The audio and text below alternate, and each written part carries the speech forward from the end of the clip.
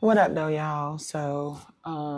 In the kitchen, actually about to paint, taking the knobs off the cabinets, took all the spices out. Um, Doing spring cleaning, and yeah, I need to occupy my mind. I need to be doing something that is distracting me from all the grief that I am experiencing now and will be experiencing for the rest of my life. Tonight, I was a little hesitant. I was invited by Roland Martin, his Roland Martin Unfiltered show on YouTube, um, to speak and share some things. He did a tribute to Angie Stone. And of course, I was like, oh God, this is, first to say yes. And then as I was getting ready for it, I was like, nah, this is way too soon. I don't think I can do this. And then I'm like, no, my sister would do it for me. And this is about celebrating who she was and who she will always be for us, right? One of the things I said was, we lost her in the physical, meaning we can't touch her. I can't call her. I can't laugh with her. Well, I can laugh with her. I just can't hear her laughing back. Her shell, her vessel is no longer here, but her spirit, her music, the lessons that I learned from her, conversations that we had, the prayers that she prayed for not just me, but for all of us, and I'm so grateful that God gave us the opportunity to heal and mend our sisterhood. That means the world to me. And I'm so grateful for that. I'm grateful. I'm so grateful that she knew that I loved her, and I knew that she loved me. And Angie is just gonna always be with me in a really special way. And I know that she would want us to continue. We talked about doing so many things. If you know Angie, listen, Angie was not just a singer. She wasn't just a wonderful mom and a wonderful grandmother and a wonderful human being. She was so creative, an actress, content creator. It would be times where, we would be thinking the same thoughts about the same ideas, right? And the thing that I really appreciate about her is that she always picked up the phone every single time. And she always welcomed me with open arms. Her whole energy was like soul food. Her whole vibe, her pocket and her voice and her music, her songs, her energy was just warm. And, we've all have our individual experiences with her, but for me, that's what I remember. I remember my big sister in the industry, Angela Laverne Brown Williams Stone, in that order. I know she is with me spiritually, but I will miss her so much physically. And I'm just really grateful that I had the opportunity. Monifa spoke and said some beautiful things. In fact, me and Mo had a lot of the same things to say, because everybody did. Because if you know Angie, that's just who she was, consistently, authentically. And like she said, none of us is perfect. We don't live in a perfect world. We're not perfect human beings. But the ability to say I'm sorry, which I had the opportunity to do to her, and she had the opportunity to do for me, and really mean it. And not have it just be about being a transactional relationship, but having it be about a sisterhood where she wanted to see us all win. That's what Angie's whole point was all the time, was we are bigger than this. We are better than this. Let's be stronger together. Cut the drama. Let's get past it. She brought a wisdom and a love and a thoughtfulness and prayer, and just authenticity that you don't get in this industry, and I'm just so grateful for that. And this is devastating, and I have more devastating things that I'm going to have to deal with. We all will, right? I feel like my shit is coming back to back to back, but hey, that is why we are warriors, not when we skate through and everything is easy, breezy, and like Oprah said, somebody gonna always ride in a limo with you to the concerts and to the VIPs and take the VIP tickets and show up at the VIP shit. But when you're not being invited, and when the car breaks down, and when the bills are due and the rent isn't paid, and the medical insurance falls through and the hospitalizations happen and the losses happen, who is calling you and reaching out to you and loving on you and pushing you through, helping push you through? Those are your people. That is your tribe. Angie was one of my people. She was a member of my tribe here in the physical, and now she's become one of my angels. And I love her.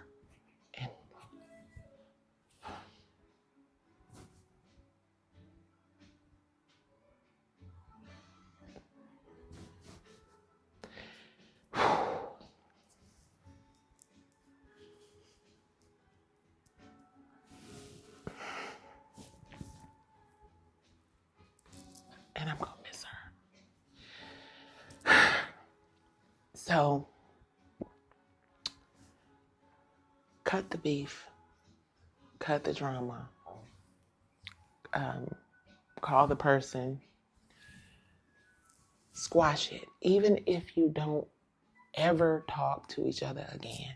If it's somebody in your life that you love, that you cared about once, a family member, even if they're crazy, because you know we all got these crazy ass motherfuckers. Call them, text them, just let them know you love them. Even if you don't rekindle the relationship or start from scratch or start where you left off. Just an apology and I love you and I wish the best for you goes a long, long way. And I'm so grateful that I had the opportunity to do that with Angie. And I really hope that I have the opportunity to do that with everybody. Because there is this music thing, you guys, that we do. You know, I know that a lot of people don't understand.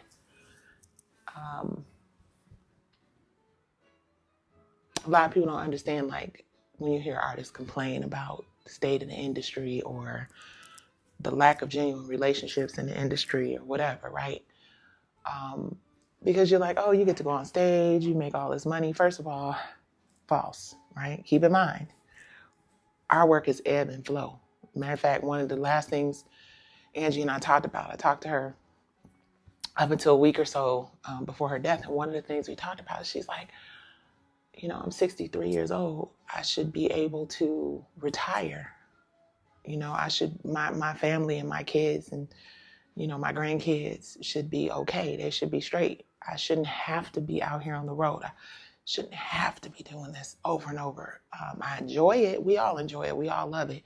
But to have to do it so that you can pay your bills, to have to do it and not be able to retire and not have a 401k and all the things that go along with people who have those 9-to-5 jobs. And that, what is it called? I learned about FMLA at the hospital talking to one of my friends. And I'm like, ugh, we don't have none of those special benefits that we can look to when we get retirement age. We just have to keep going. We have to keep working.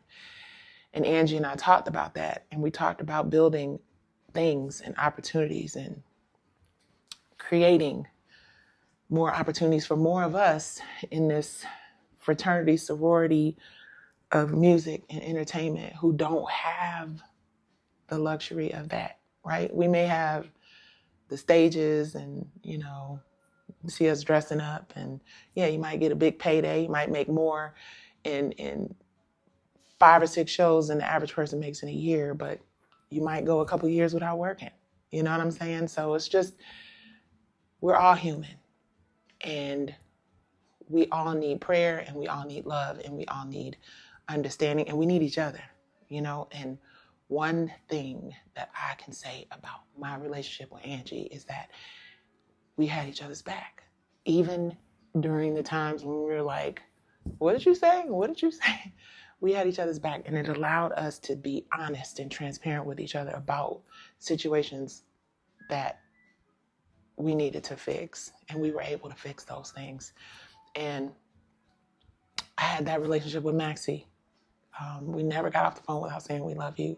I love you. My mother, I thank God that I was able to spend a lot of good quality time with her. Did not leave her side the entire time she was sick. You know, same as with my sister. You know, her cancer has become more aggressive. I don't know what the hell is going on, but Cecil Richards, former CEO of Planned Parenthood, Jovita Moore, John McCain, a lot of women, Mia Love, the first Black female Republican senator, has GBM, glioblastoma. It is incurable. It is terrible. It is aggressive. And it robs people. My sister, just like the senator who, her family just announced a day or so ago that her cancer is back and the prognosis is poor. And, you know, same as with my sister, is back. And the prognosis is not great. But we still believe in the miracles, but we're realistic about what it is, and we're preparing for that. What I've learned at 54, about to be 55, is that grief and loss is the price you pay for love and laughter and sisterhood, right? And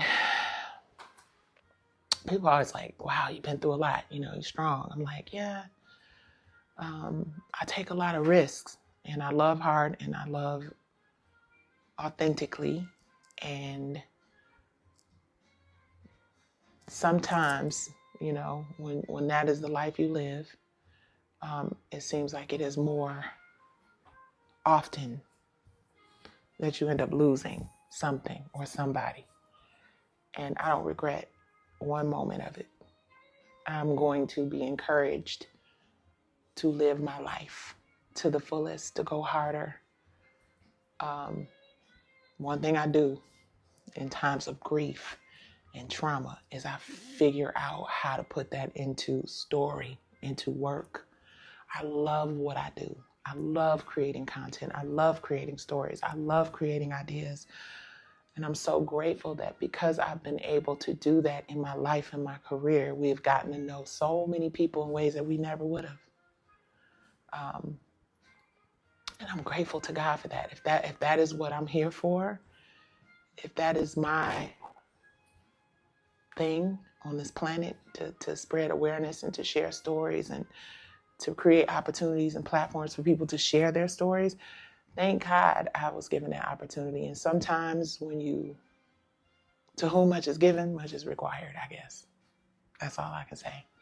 So I don't regret anything about my life. I don't regret anything about my sisterhood with Angie Stone. I'm stuck, but I'm grateful to have known that woman because she changed my life in so many beautiful ways. So anyway, y'all, long-winded. Was trying not to do that, but I'm gonna go back to getting this stress cleaning on. And I don't know if that's healthy or not, but it has worked for me.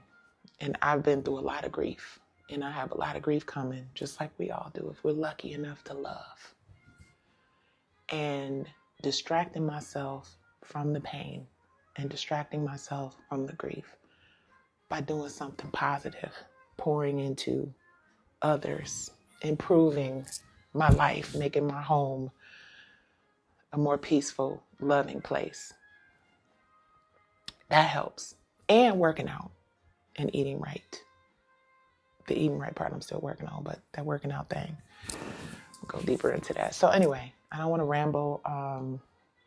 Thank y'all for watching. Thank y'all for supporting WIRF TV YouTube channel. Please continue to do that. Still got to work. We still got to work. Got a show on Friday in Philly. Something special planned. Still have to work. And pray for all of the artists and creatives who are losing our peers and our family members and, you know, some of us our jobs and our properties and, you know, because we still got to go out there and make sure that y'all have a good time. And it's a blessing to do it, but sometimes it is definitely next to impossible. So yeah, let's start really leaning on each other, leaning into each other, loving and supporting each other more, because guess what? We all we got. And every single day it's becoming more obvious. So go check out the tribute that Roland Martin did to Angie Stone. I'm so glad he was able to do that, because CNN ain't going to do it. Fox News ain't going to do it. None of them other places are going to do it. But Roland Martin Unfiltered did it tonight. And it felt good to have good things to say about our sister Angie. So, all right, y'all. I'll show y'all when I'm done. But, yeah, I'm about to clean the shit out of my house, then go do the show, and then go hold my baby sister's hand for as long as I need to. Grief is real. And we don't figure out how to get through it together. All right. Peace.